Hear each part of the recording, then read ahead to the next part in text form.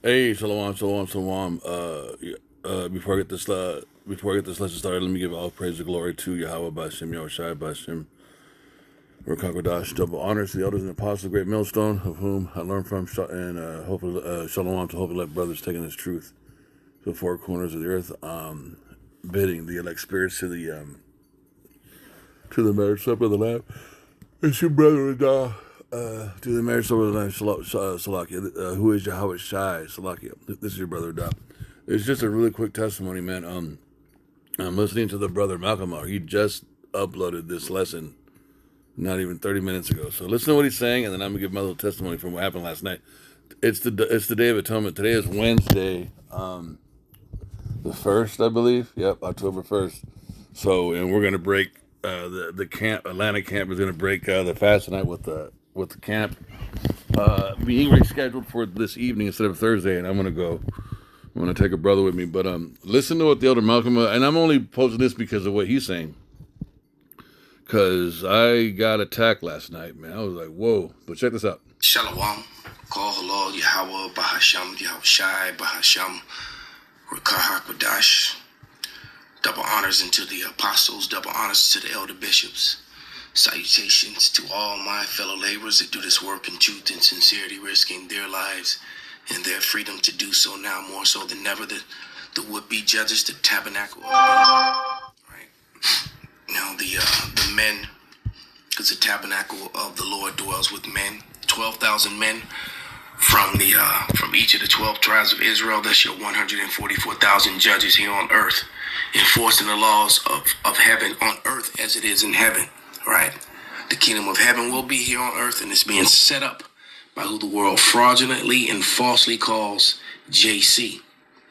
All right, and to the rest of the scattered elect that are scattered around the four corners of the earth, that be like unto the speckled bird, the Israelite foreigners among the heathen nations, that have the appearance of the heathen nations. This is not a black thing, but an Israelite thing.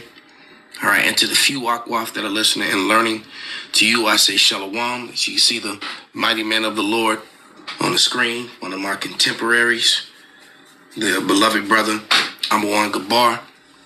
And I was watching, this video was one of the first that I saw this morning. I saw his, and I watched St. Benji's.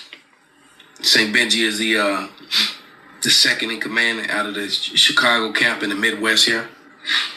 And of course, late last night, I was watching our beloved elder apostle Gabar, on that video he did about being a loner, and stoicness. And I was having a hard time sleeping. I was attacked. Left-hand side came at me hard last night. Normally when things like that happen, and because it happens, if you haven't faced that sort of thing yet, you're not serious about this truth. Because you will get tested, and they will come for you. And normally I'll put out a message for the bros to pray for me. And but I was fresh off that stoic video, that loner video, and I realized, look, we're being tested, and we're headed into a time where we may be cut off from the Achaim for the brethren, and you have to stand on what you believe, stand 10 toes down, boots on the ground. So I just prayed, and continue praying, and I got up and put the oil on my head and said the anointing prayer, and just stood on what I believe. And you have to remind those left-hand side, messengers that they work for the same power that you do. And in that name, you declare that they leave you, because it was like I was having anxiety attacks. I had bouts with high blood pressure, some years back, a few years back. And, and I've been battling to keep it in place, minus Esau's poison, just through natural means. Just eating better and watching certain things. Okay, I'm gonna stop it right there. When I heard the elder say this, I was like, I looked up. I said, Yahweh Shai, can I share this? I was gonna keep it to myself because we're in the fast right now. Last night at 7:30 Georgia time, I believe that's Eastern. I think we're in Eastern Standard Time. 7:30, 7:25, we started the fast. It was sundown. It stops tonight. And this is the Day of Atonement. We are to afflict our souls, right? And we do this once a year. It's the one time that you're commanded to actually fast. And the word affliction goes into fasting. So, and we also don't drink any water. We don't drink any juice, no liquids. So all liquid, all fluids, all water, all juice, everything, all forms of hydration and all forms of substance as far as food is concerned, anything. Nothing going into your mouth starting at 7:30 last night. That was Georgia time. And then ending tonight. So, this is something I've been following GMS for. I remember I tried doing it in 2020 and I broke it in the middle of the day. I was working a warehouse job and I broke it. And I had some rebellion in me. And I think it was 2021. From 2021 till now, I've been observing this holiday with GMS. Again, I am still not an official member of GMS yet. I do assemble with them when they have camp. I will be going to the camp tonight. Standing on the other side of the camera. There are men in that camp that I have their phone number. They have my phone number, and I report back and forth to them. I love these guys, man. And I'm blessed to have them in my life. So last night, I'm going to say, this morning around 4:30, 3:30, I woke up with the most craziest, scratchy, sore throat. I was coughing. And the instant panic response was and I've never done this before, man. I've done it in the morning when I wake up normal hours, but never in the middle of the night. Go make some hot tea and put some honey in it and drink it so you can soothe your throat. It was that bad. It was weird, man. And I woke up and I went to the restroom and instantly I was like, no, we're in the fast, man. I was like, man, is this an attack against the fast? Are you trying to bump me out of this already? And I can't explain the terror, the panic, and the sense of feeling like I couldn't breathe and I couldn't swallow. And the difficulty, it felt like I couldn't breathe, but I could breathe. It just felt like I couldn't breathe, but I couldn't swallow, or I could swallow. It was weird. And so I sat up. I tried to go back to bed. Nah, man, my breathing was weird. So I got up, I sat in the chair, and I started to pray. I started crying to Yahweh Shai. This was spiritual. This was left-handed spiritual, just like the elder said.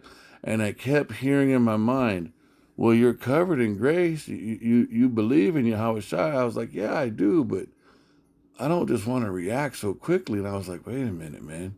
What am I going to do if I'm in a situation like this with the mark, with the MOTB? What am I going to do in a situation where there's no water to drink? Because we know that the judgments are coming with the famine of the word. We know that the judgments are coming with the famine, the actual famine. The supply chain will be shut down. And so will the springs of water. Let's get that real quick, okay? Let's see if I can pull that up. In 3 hours, let me see, in 3 hours, the springs. Let me see if that, yeah. Bam. Okay, so look. Second, man, I'm telling you, second Ezra's, bro. It's a very, okay, I'm going to be honest, it's a scary prophecy in the beginning. When you first read this stuff, you're like, what the F, right? But as you rehearse it, as you get familiar with it, you understand these judgments have to take place in order to bring the 2/3 of our own people in judgment, which they have to go, you guys. They have to be destroyed.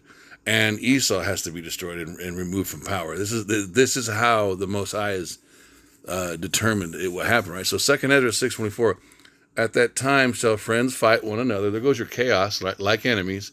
And the earth shall stand in fear with those that dwell therein. The springs of the fountain shall stand still, and in 3 hours they shall not run. Okay? Now, the interpretation of this, I'm still learning this, but I know it's going to be the supply chain. Think about it. You can go into your room right now. You can go into your bathroom right now.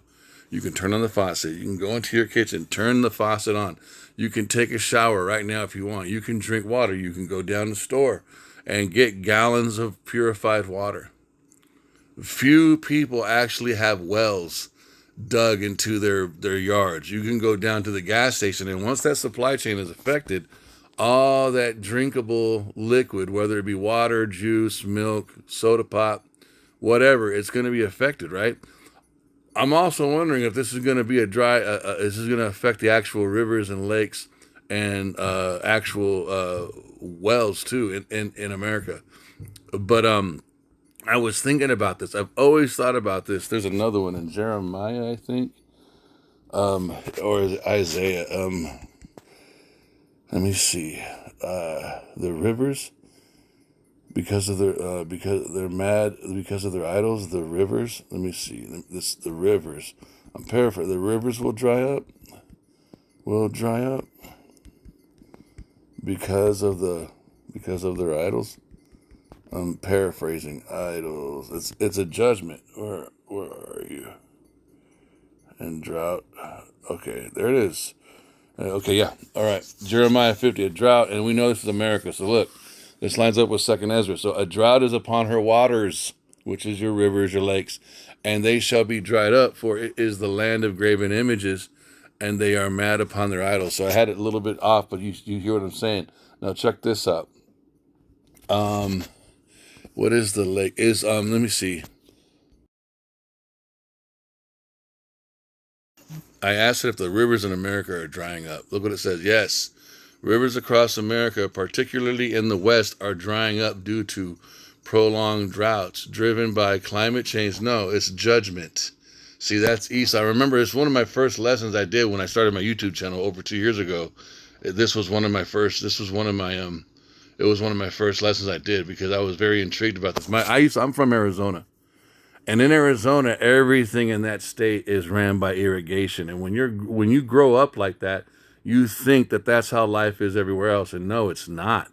Over here in Georgia, nobody has a hose outlet on their house. Why? Because of the way it rains out here.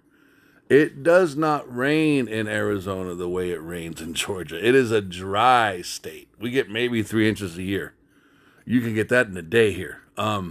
Everything is dependent on the Colorado River over there, bro. You guys. So yes, the rivers of America, particularly in the West, are drying up due to the prolonged droughts driven by climate change and exaggerated by human water use. Major rivers like the Colorado and Rio Grande are experiencing historic low water levels, causing significant disruptions to ecosystems, agriculture, and transportation, such as with the Mississippi River. Okay, key reasons for drying rivers: it's judgment. It's we understand now that America will be the lake of fire in the future, and we understand that the Most High put springs and wells and rivers and fountains in the deep, right? That feed, that are the sources for the rivers and the lakes. And why would He put an endless amount of water in America when He also knows He's going to burn and melt this place from tip to tip? So it makes sense. So it goes along. It goes along with the judgment. Okay? At that time shall friends fight one another like enemies, and the earth shall stand in fear with those that dwell therein. The springs of fountains shall stand still, and 3 hours they shall not run. So last night I was panicking.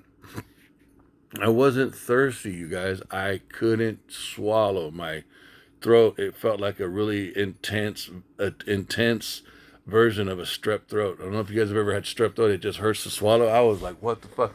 And I was like, man, I can just go up and make some tea right now. And the thought was in my mind. This is 4:30 in the morning, 3:30 in the morning. Make some tea, put some honey in it, sip it, you'll be fine. And I was like, but I'll ruin my fast. Well, you don't have to worry about ruining these were the thoughts in my head. Yahweh Shai will forgive you. And I know Yahweh Shai will forgive me.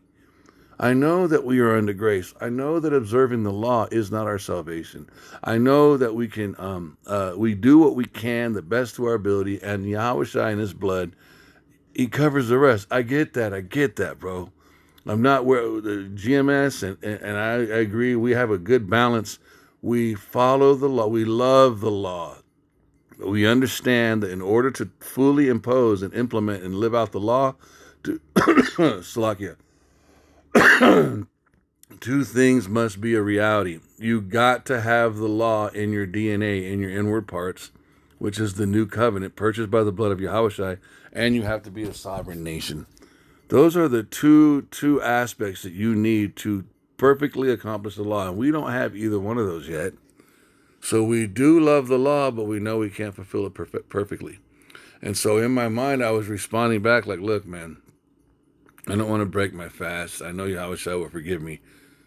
Let me just, and I said, what happens if in the future I'm tested where I can't drink water and I'm dying of thirst? Like, it was like a simulation for about 5 or 10 minutes, you guys, but it felt like forever. And I was like, oh, I need it. And it didn't have anything to do with being thirsty as much. It was like a combination of wanting to drink water in order to breathe air, if that makes any sense. It was like, I got to drink water so I can breathe.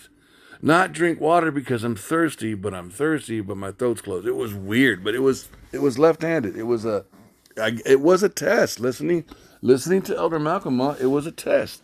And so I started to cry out to Yahushua. I was like, Yahushua, help me. I don't want to break this fast. I want to wait. Let me just wait. I'm sitting down. I can breathe, even though I feel like I can't breathe. I'm panicking, but let me trust in you.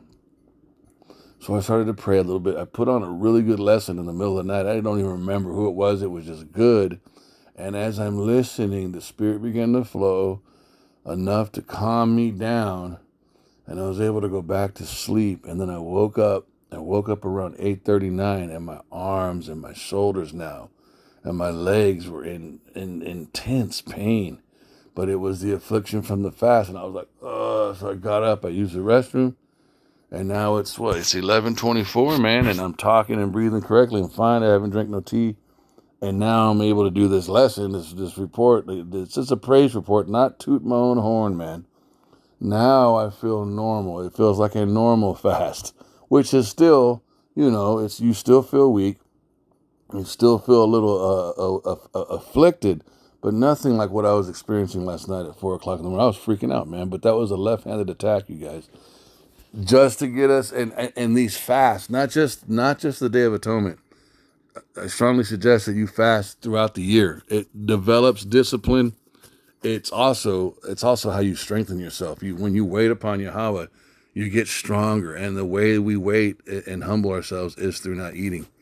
Now, I don't do a full on not drinking and eating fast. I just do a fast without food. And I'll drink water throughout the day when I'm not doing the atonement fast. So this was just a report, man, on that. Not just to help anybody listening to this. It's gonna be really short. Everything's fine now. I'm gonna take the brother with me to the camp tonight. We're gonna break this fast tonight, but we're gonna enjoy it. We're gonna enjoy it and be solemn. Enjoy it. Enjoy it in the mindset of we are observing the righteous acts. You know what I'm saying? That's what I mean by enjoy. Because this is not a celebration. It's a you're afflicting yourself. You're being humble through the atonement. But I just wanted to share that, man. Last night, man, I couldn't. My throat closed up, and it was a direct, and it went away. But it was just enough to cause panic, to make me think, damn, in the future when we don't have no water to drink, we're gonna have to wait until He brings us water. When we have no food to eat, we're going to have to wait until He brings us food. We cannot just impulsively react to make the pain go away. And that's this society that we live in, this microwavable, fast food, instant coffee society. You guys understand what I'm saying? Remote control, swiping on the phone. Everything is just so instant. And it's unfortunately, it is trained us to instantly react to anything uncomfortable, to then instantly react to try to make ourselves be comforted. And we gotta learn to break out of that, man. So I'm learning. I'm not trying to sound all imposing, with this lesson. Hey, you gotta do this. No, I'm telling you, man, I'm not lying. The panic set in because in my mind I was like, I don't want to break this fast based off of an uncomfortable feeling. And that's why it was so panicky, because it was so close. It was like, I can just get up and boil some water and make some hot tea and drink it. And this feeling in my throat will go away. But I was like, but then you'll be drinking. and you'll break your fast. And you know Yahweh Shai will forgive you. It was like, but I don't want to do that, man. But damn, this is hell of uncomfortable. And it's scary because I was feeling like I couldn't breathe. That was the part. It was more the manufactured. Let me see if I can communicate this to you guys. The manufactured sensual perception of my brain was telling me I couldn't breathe, and I would be able to breathe if I drank some warm liquid tea to open up my throat. That was the feeling. It wasn't thirst. It was to the ability to inhale oxygen. And I felt like I couldn't breathe in, but I was breathing in. It was just my throat was all weirded out, bro. It was weird. It was like, I got to drink some hot tea to open my throat. Oh, my God. I can't breathe. Yahweh Shai, help me. Yahweh Shai, man, I don't want to break my fast. You'll be forgiven. I know I'll be forgiven, but that's not the point. I wanted, and here I am, many hours later, completely fine. Completely fine, man. I just endured. It was just a little tiny test. It was panicky as shit. Not gonna lie. It was, whoa, but it was like, just kick it. Hold it for a little bit. And so now I got that in my memory, and I'm sharing that with you guys. I got that panicky, weirdo situation in my memory. And so hopefully if it ever happens again, I'll be able to last longer. We got to get these little trainings, these little tests in, because that's what Jacob's trouble is, you guys. It's a panicky situation that's going to be uncomfortable, and it's a very small portion of time. It's going to seem like a long time to us, but it's a speck of dust compared to eternity. And all we are doing is proving our loyalty and our love and our gratitude to Yahweh Bahashem, Yahweh Shai, for Yahweh Shai's blood, and being restored back to relationship with him in the glorified bodies in rulership. Damn. It's a very small price to pay, you guys. The tribulation that we must go through, the straight gate that we must go through to enter into the kingdom. So I pray, and I say this in humility, man. I pray that this was edifying.